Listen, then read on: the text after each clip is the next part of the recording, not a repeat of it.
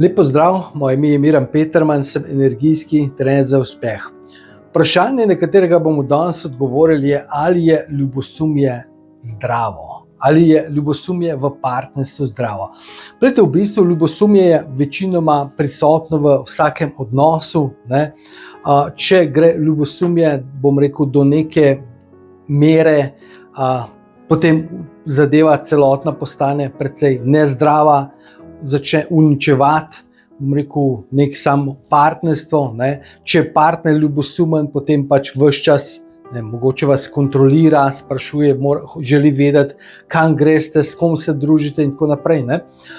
In sedaj pač strokovnjaki, da rečemo temu, ne, nekateri pravijo, da je malo ljubosumja v odnosu zdravo. Poglejmo v bistvu, kaj dejansko ljubosumje pomeni. Ljubosumje dejansko pomeni, da je tebe strah. Ljubosumje, to je enostavno strah. Strah te je, da te bo partner zapustil. Strah te je, da bo nekaj šlo narobe. In zato si pač ljubosumen. Ampak če pogledamo strah, kaj dejansko pomeni. Ljubosumen sem, strah me je zakaj? Zato, ker dejansko zakaj bi mene partner zapustil? No, mogoče se tako vprašamo. Zakaj bi moja partnerica šla z nekom drugim? Zakaj bi moja partnerica, ne vem, ne?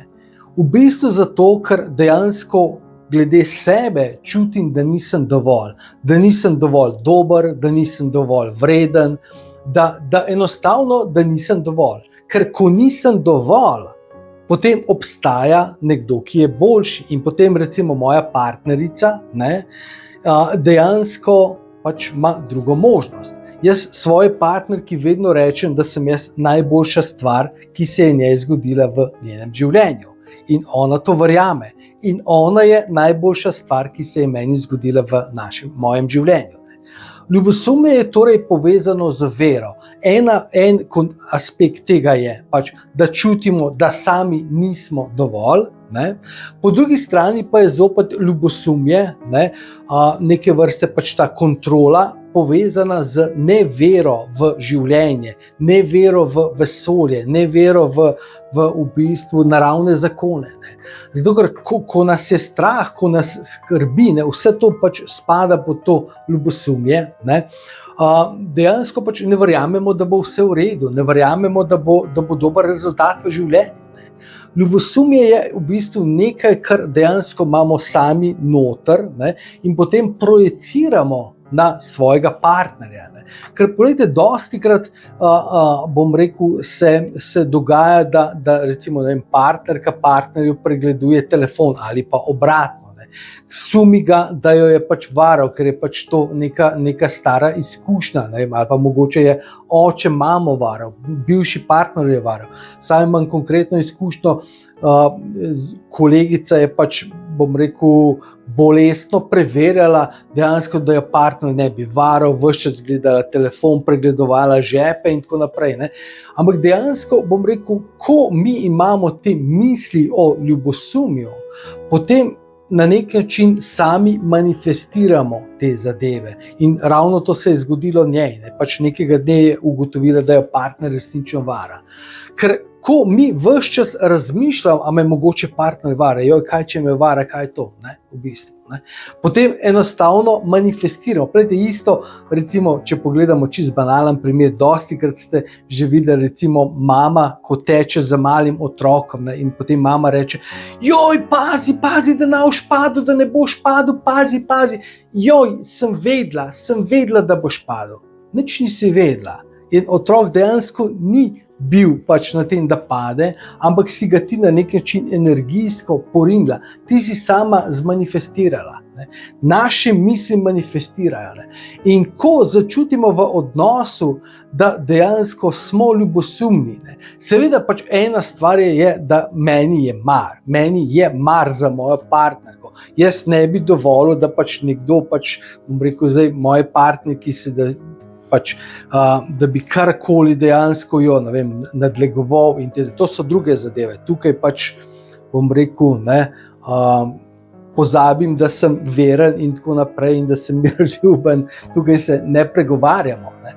Ampak dejansko, ne, moramo paziti na svoje misli. Ker, gledajte, včasih vprašam nekoga, si predstavljate zdaj, recimo, ste ženska, in pridete domov in potem opazite, da vaš partner ima prislonjeno lestev na sosedin balkon. Kaj bi potem vašega partnerja vprašala? In večinoma je odgovor, kaj pa ti delaš tam, daj ti, a ti, ne? Ampak v bistvu to je popolnoma napačen odgovor, ker odkot mi sklepamo, če ima partner lestev prislonjeno na sosedin balkon, da je partner nameraval nas prevarati, oziroma da je lezel do sosede. V bistvu naše misli, naše predstave, naša predispozicija. Mogoče je soseda prosila našega partnerja, da ji pomaga, rože zložiti, ali pa mogoče se je maček zataknil na balkonu. Ampak razumete, in pravilen odgovor bi bil, a ti lahko kaj pomagam, rabiš kakšno pomoč, je vse v redu in tako naprej. Ljubosumje je strah. Strah, seveda neke stvari izhajajo že iz otroštva, strah, da dejansko ni vsega dovolj. Če gledamo malega otroka, če damo malemu otroku čokolado, otrok ima dve možnosti. Ena možnost je, da čokolado poje sam, in druga možnost je, da čokolado podeli. In v bistvu tisti otroci, katerih je strah, da je to mogoče zadnja čokolada, ki jo bodo dobili, čokolade ni dovolj, ni dovolj stvari, moram jih zadržati za sebe. Je dejansko to strah. Seveda ne govorim o tem, da bom rekel, isto delate, da delite svojega partnerja z drugim. Ampak gre v bistvu za to, ko nas v življenju ni strah, ko v življenju ne čutimo pomanjkanja, ko v življenju vemo, da smo dovolj, potem avtomatsko, meni avtomatsko ne razmišljam o tem, ko razmišljam o partnerki, avtomatsko mi ni na mojem umu, da bi dejansko razmišljal o tem, da me bo partnerka varala. Ker to ni v mojem programu, kako partnerka varala. Ampak razumete, ker v bistvu tisto, kar dejansko imaš v sebi, kar veš, da je za tebe normalno, kar veš, da je dejansko bom rekel, te tvoje vrednote in tvoja prepričanja, tisto projiciraš v življenju. Nekdo pa ves čas, iščem partner, strah me je, v bistvu, kaj pa če me partner prevara, strah me je, kaj pa če bo zopet šlo narobe, avtomatsko oddajaš to vibracijo, avtomatsko potem to vibracijo manifestiraš in potem najdeš partnerja, ki ga je ravno tako strah, in ker ga je strah, potem mogoče si dela še eno rezervo in tako naprej.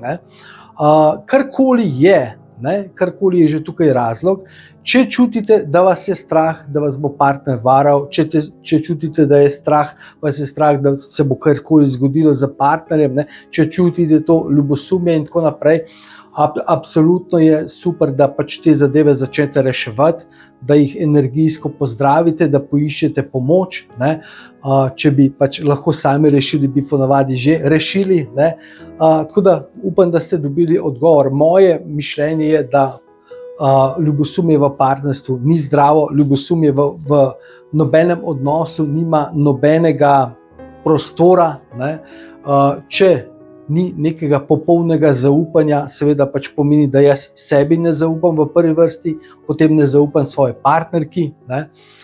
In prvi korak je, da začnem delati na sebi, da začnem sebe spreminjati svoj odnos do življenja, do vesolja.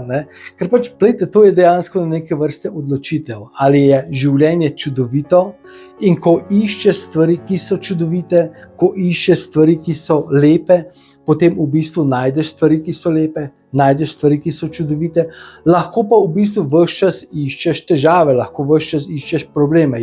A tebe tudi, a tvoj se ti tudi ne javlja, aha, to, evo, še en signal. Ampak razumete, ne? Ker v bistvu, veste, te stvari se kar nabirajo. Ne? Pač strah te je, da te ne bo partner zapustil, potem partnerja recimo pokličeš, partner ti ne vrne klica, mu pošlješ SMS, ti ga ne odgovori, joj, kaj spet partner dela, zopet nekaj naklepa, spet se bo nekaj zgodilo, joj, in tako naprej. In potem se pač te stvari samo nakopičijo, pride partner domov, ne? In potem rečeš, joj, sem te 3-krat klicala, zakaj si mi ne javiš, ziher si nekaj imel, ne? Kdo potem rad hodi domov, ne? Ampak to je zopet druga tematika, ker pač tisti partneri, ki dolgo delajo v službi, pa bi lahko že prišli domov, je razlog, zakaj pač je to. Ljubosumje v partnerstvu absolutno pač mislim, da je nepotrebno in dejansko, če čutite, da se karkoli dogaja, je pač čas avtomatsko, da se odločite, da začnete to reševati najprej pri sebi, pri tem, kako se vi počutite, kako vi doživljate življenje, kako vi doživljate partnerstvo, ne? In seveda potem pač, če je potrebno, še pri partnerju. Tako da želim vam en čudovit dan, ostanite čudoviti in se vidimo v naslednjem videu.